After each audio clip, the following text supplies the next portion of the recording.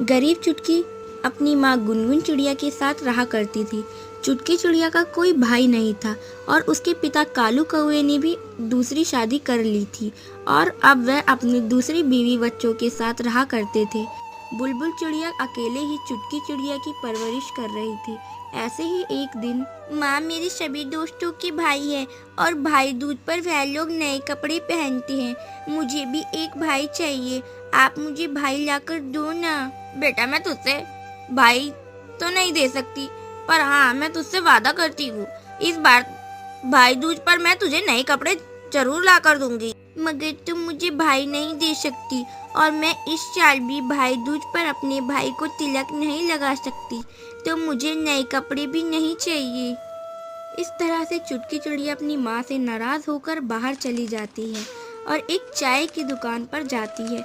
उसकी नज़र अनाथ कबूतर पर पड़ती है जो चाय की दुकान पर काम कर रहा होता है और उससे एक छोटी सी गलती हो जाती है, जिस पर चाय का मालिक कलूटा का कौवा कबूतर से कहता है, अरे निकम्मे, कहीं के सारी चाय टेबल पर गिरा दी।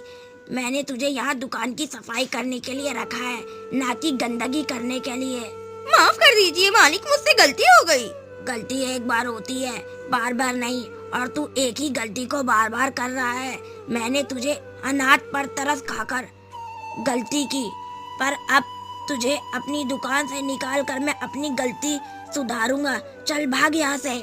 इस तरह से कलूटा कौवा कबूतर को अपनी दुकान से निकाल देता है और कबूतर एक पेड़ के नीचे बैठकर रोने लगता है। यह सब कुछ चुटकी चिड़िया देख लेती है और कबूतर के पास जाती है। क्या हुआ भाई, तुम रो क्यों रहे हो? क्या बताऊं बहन, मेरे माता पिता इस दुनिया में नहीं है। अपना पेट पालने के लिए बड़ी ही मुश्किलों से मुझे इस चाय की दुकान पर काम मिला था, पर मेरी गलतियों की वजह से मुझे ये काम से निकाल दिया गया।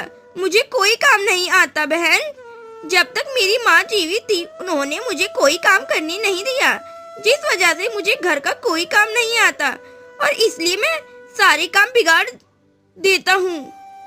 कबूतर भाई, तुमने मुझे अपनी बहन कहा है ना, इसलिए अब तुम्हारी सहायता मैं करूँगी, तुम फिक्र मत करो।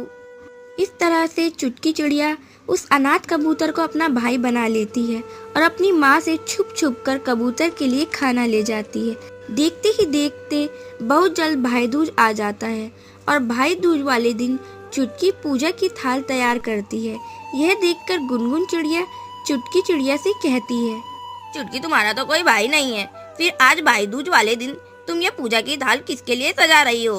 अब चुटकी चिड़िया की सारी बात अपनी माँ को बता देती है और कबूतर को अपने घर ले आती है, जिसके बाद चुटकी चिड़िया अपने हाथों से कबूतर को तिलक लगाती है और उसकी आरती उतारती है। इस तरह से चुटकी चिड़िया भाई दूज का यह त्योहार मनाती है और इन दोनों भाई बहन का प्यार देखकर गुनगुन चिड़िया कबूतर से कहती है, कबूतर बेटा, अब तुम्हें अकेले रहने की या कहीं और काम करने की जरूरत नहीं है। तुमने मेरी बेटी को बहन माना है, उस हिसाब से मैं तुम्हारी माँ हूँ, इसलिए तुम्हारी परवरिश अब से मैं करूँगी।